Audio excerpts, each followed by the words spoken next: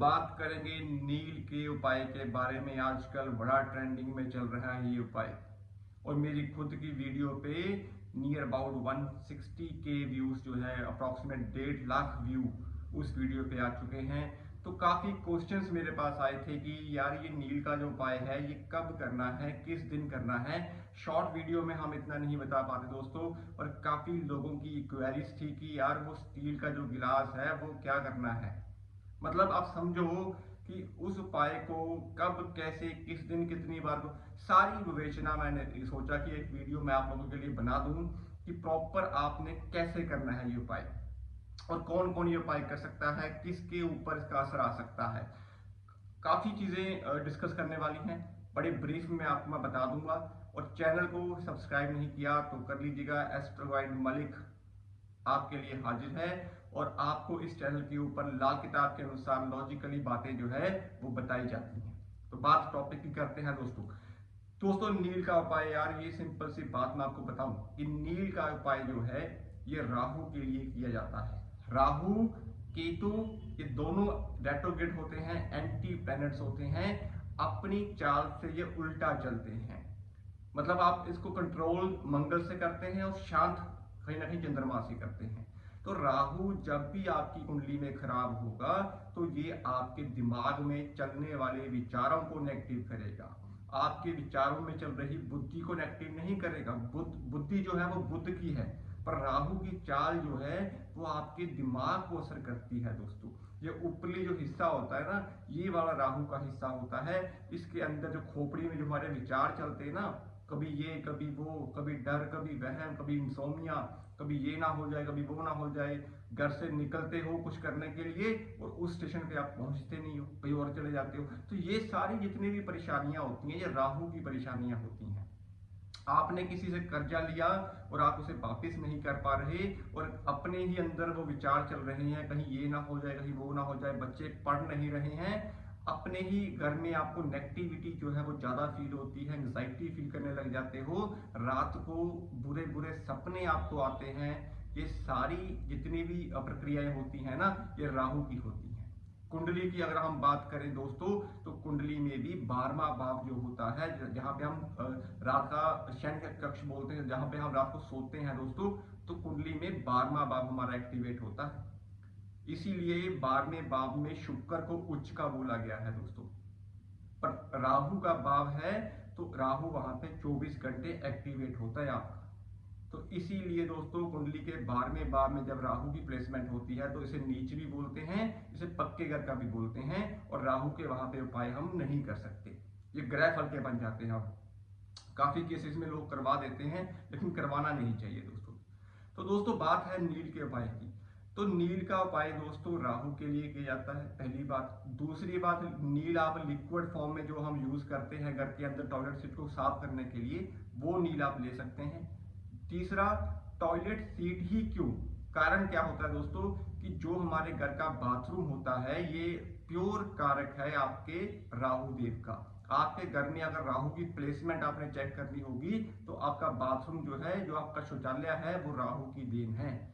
कई बार लोग पूछते हैं कि यार ये ऐसे कैसे हो सकता है ये, तो मैं आपको बता दूं कि अगर आपके घर में आपने कंस्ट्रक्शन की, तो कंस्ट्रक्शन के अंदर आपने अपने घर का बाथरूम अगर छेड़ लिया तो उसके बाद तूफान का आना निश्चित होता है दोस्तों, अगर कुंडली में राहु आपके अष्टम का बैठा है। ये चीजें होती हैं। वर्षफल के अंदर भी जब हम प्रेडिक्शन करते हैं तो अष्टम का राहु आ रहा हो तो लोग जो है अपने घर की छत या अपना बाथरूम जो है वो कहीं ना कहीं छेड़ना शुरू कर देते हैं, टैप्स जो है उनके लीक करना शुरू कर देते हैं, और अपने टॉयलेट सीट को वो चेंज करवाना शुरू कर देते हैं। और उसके बाद जो तूफान आता है, जो आंधी आती है परिवार के अंदर, संभलते भी संभलती नहीं दोस्तों। तो परहेज के रूप में ही उपाय होते हैं। तो राहु का जो ये नील वाला उपाय है दोस्तों, ये आपको एंजाइटी से बचाता है, ये आपको रात की निंद्रा में हेल्पफुल करता है, आपके अंदर जो बेचैनी है उससे आपको बचाता है, घबराहट से बचाता है। अगर बच्चे पढ़ नहीं रहे हैं तो वहां से भी उनकी कॉन्सेंट्रेशन को बनाता है। घर परिवार के अंदर अगर आपको लगता है कि लड़ाई हो गई है परिवार के अंदर और एकदम से मैटर जो है वो बड़ा इशूएबल मैटर बन चुका है, तो उस सिचुएशन में आप बहस मत करें, तो उसको कंट्रोल करने के लिए आप ये उपाय कर सकते हैं। क्योंकि कुंडली में अगर बुध देव अच्छे होंगे तो राहु को संभाल लेंगे। अगर आपकी बुद्धि अच्छी है तो बुद्धि के पीछे आपके विचार भी अच्छे होंगे। लेकिन अगर कुंडली में बुध ही खराब हो जाए दोस्तों, तो कुंडली में राहु की प्लेसमेंट भी अगर खराब आ गई तो वो आपकी जिंदगी में तूफान लेके आ जाएगा। इसीलिए कुंडली में भी बुध और राहु को जड़ बुद्धि बोला गया है। पागल खाना, वीराना या फिर जेल खाना, ये चीजें घटित होती हैं जब कुंडली में बुध राहु का मेल होता है।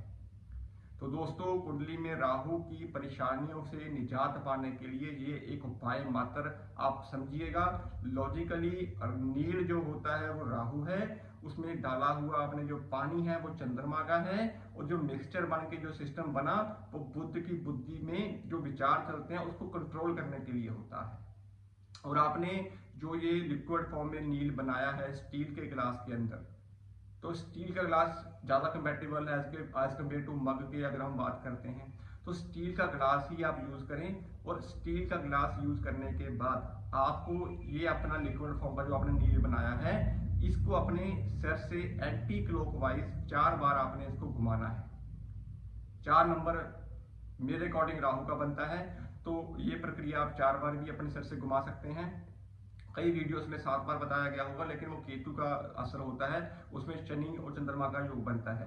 बट हमने अपना बुध ठीक करना है, हमने अपनी घबराहट ठीक करनी है, वो एंजाइटी ठीक करनी है, तो आप 4 बार इसको घुमा लें।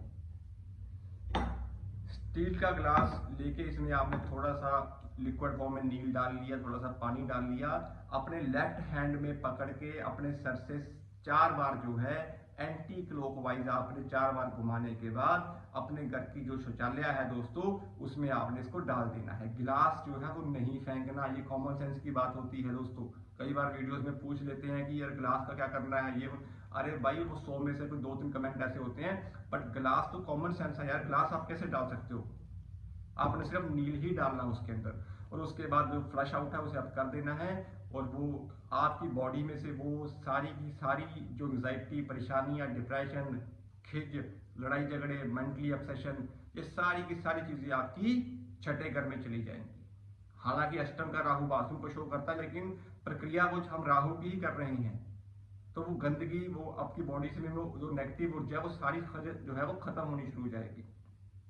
तो ये उपाय दोस्तों आप अगर करना चाहते हैं तो वीरवार की शाम को करें, संध्या के टाइम पे करें, 5:30-6 बजे के आसपास करें। तो इस उपाय को करने के बाद आपको 5-10 मिनट के अंदर अंदर ही जो मूवमेंट है वो देखने को मिलती है। एकदम से आपको कोई उबासी टाइप आएगा, या कोई आपको फीलिंग जो है वो थोड़ी सी आपको पॉजिटिव वाइब्स आनी शुरू हो जाएंगी। ऐसा लगेगा कि आपके दिमाग में जो विचार थे, जो बोझ था, वो हल्का हो गया है। तो इसको आप 4 वीरवार कर ले, हफ्ते बाद संध्या का टाइम पर, वीरवार की शाम संध्या का टाइम पर ये उपाय कर सकते हैं। और बाकी आम केसेस में आप जब भी आपको लगे कि रात को नींद नहीं आ रही, घबराहट हो रही है, बेचैनी हो रही है, तो उस प्रक्रिया में भी आप ये उपाय कर सकते हैं। तो दोस्तों, उम्मीद करता हूँ आपको वीडियो जो है वो पूरी समझ आ गई होगी, पूरी आपको वीडियो ज्ञानवर्धक लगी होगी। तो उम्मीद करता हूँ आप चैनल को सब्सक्राइब करेंगे, और ऐसे ही कंटेंट वीडियोस आपके लिए हम बनाते रहते हैं दोस्तों। आज के लिए इतना ही, मिलते हैं अगली वीडियो में किसी और टॉपिक के साथ। सभी को, मेरे भाई बहनों को जय श्री श्याम, और सभी को जय श्री राम। धन्यवाद।